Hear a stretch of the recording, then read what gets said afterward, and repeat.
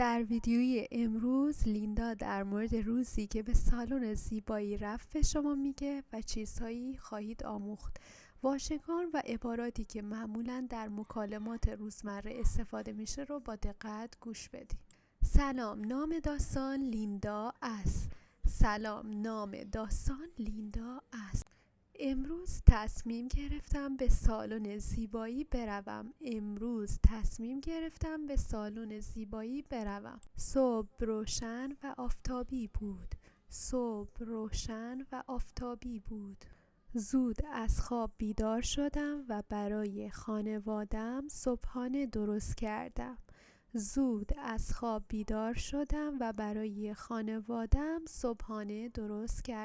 او لبخندی زد و گفت تو لیاقتش رو داری عزیزم. از روزت لذت ببر. با هیجان به سمت سالن رانندگی کردم. وقتی رسیدم تابلوی بیگ شینی را دیدم که روی آن نوشته بود سالن زیبایی دوست داشتنی.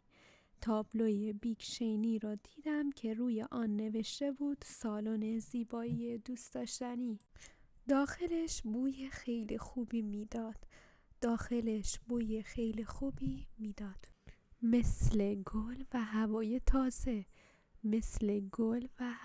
تازه. خانم پشت میز پذیرش با لبخند گرم از من استقبال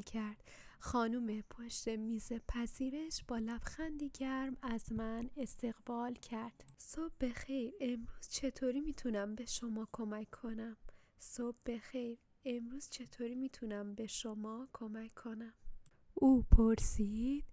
او پرسید. من یک مدل مو و شاید یک مانیکور میخواهم لطفاً.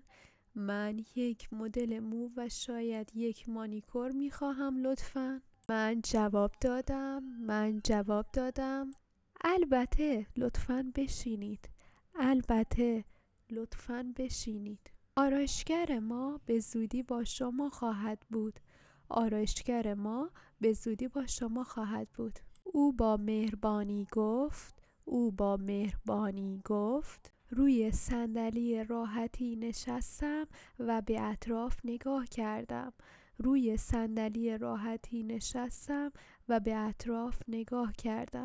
چون هنوز صبح زود بود.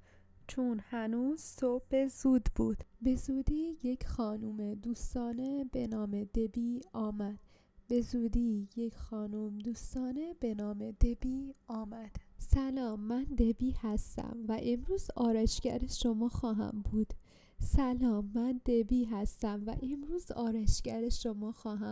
چه مدل مویی دوست داری؟ او پرسید. یه چیزی میخوام که هم راحت باشه و هم شیک. بهش گفتم. سپس دبی سر تکان داد و شروع به کوتاه کردن موهای من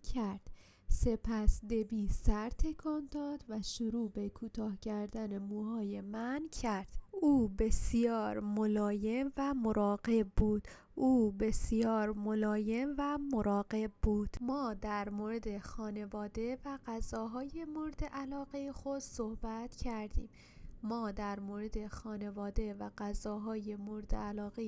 صحبت کردیم. در حالی که او کار میکرد،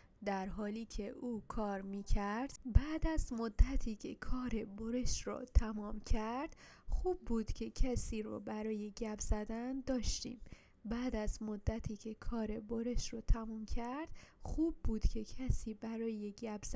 داشتیم.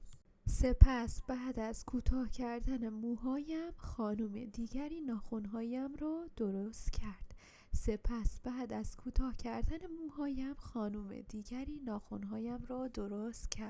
او آن را به رنگ صورتی زیبایی رنگ کرد. وقتی کارش تمام شد وقتی کارش تمام شد به دستهایم نگاه کردم و احساس بسیار خوشحالی داشتم.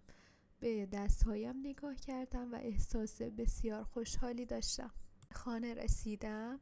وقتی به خانه رسیدم شوهرم بلافاصله متوجه ظاهر جدیدم شد.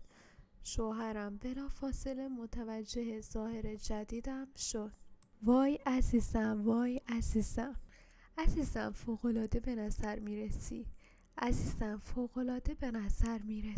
او گفت. لبخند زدم و احساس خیلی خاصی داشتم.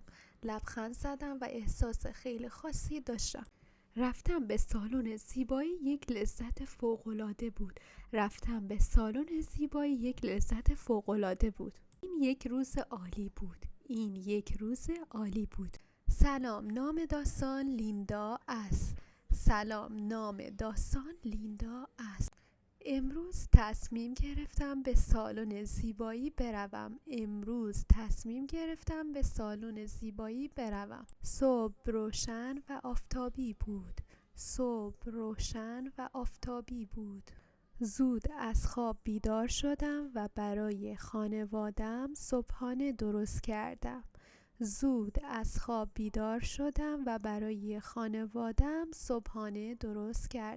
او لبخندی زد و گفت تو لیاقتش رو داری عزیزم. از روزت لذت ببر.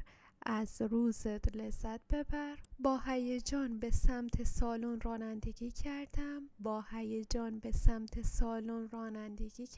وقتی رسیدم تابلوی بیگ شینی را دیدم که روی آن نوشته بود سالن زیبایی دوست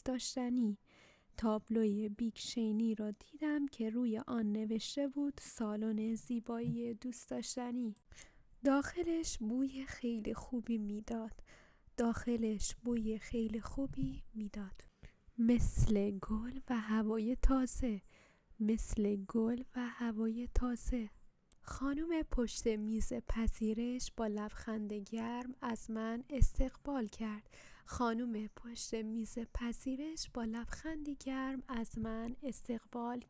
صبح بخیر، امروز چطوری میتونم به شما کمک کنم؟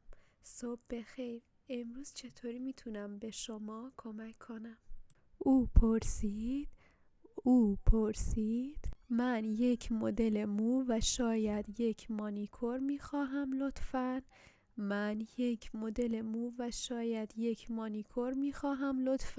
من جواب دادم البته لطفاً بشینید. آرایشگر ما به زودی با شما خواهد بود. او با مهربانی گفت. روی صندلی راحتی نشستم و به اطراف نگاه کردم.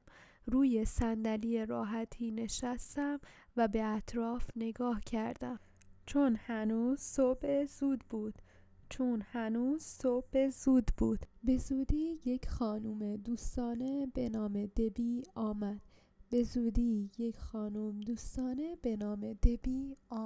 سلام، من دبی هستم و امروز آرایشگر شما خواهم بود.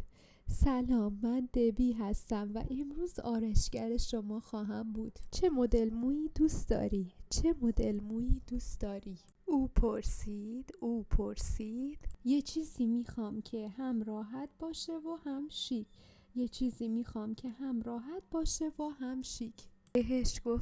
بهش گفتم. سپس دبی سر تکان داد و شروع به کوتاه کردن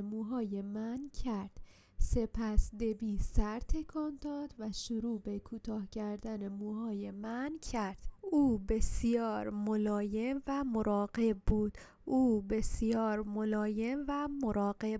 ما در مورد خانواده و غذاهای مورد علاقه خود صحبت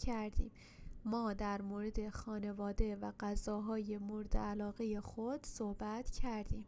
در حالی که او کار می‌کرد در حالی که او کار می‌کرد. بعد از مدتی که کار برش را تمام کرد، خوب بود که کسی رو برای گپ زدن داشتیم. بعد از مدتی که کار برش رو تمام کرد، خوب بود که کسی برای گپ زدن رو داشتیم. سپس بعد از کوتاه کردن موهایم، خانم دیگری ناخن‌هایم را درست کرد. سپس بعد از کوتاه کردن موهایم، خانم دیگری ناخن‌هایم را درست کرد. او آن را به رنگ صورتی زیبایی رنگ کرد. وقتی کارش تمام شد، به دستهایم نگاه کردم و احساس بسیار خوشحالی داشتم.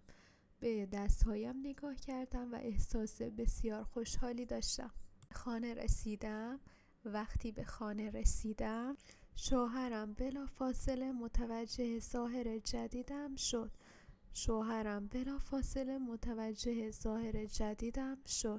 وای عزیزم، فوق‌العاده به نظر میرسی. او گفت. لبخند زدم و احساس خیلی خاصی داشتم. رفتم به سالن زیبایی، یک لذت فوق‌العاده بود. این یک روز عالی بود.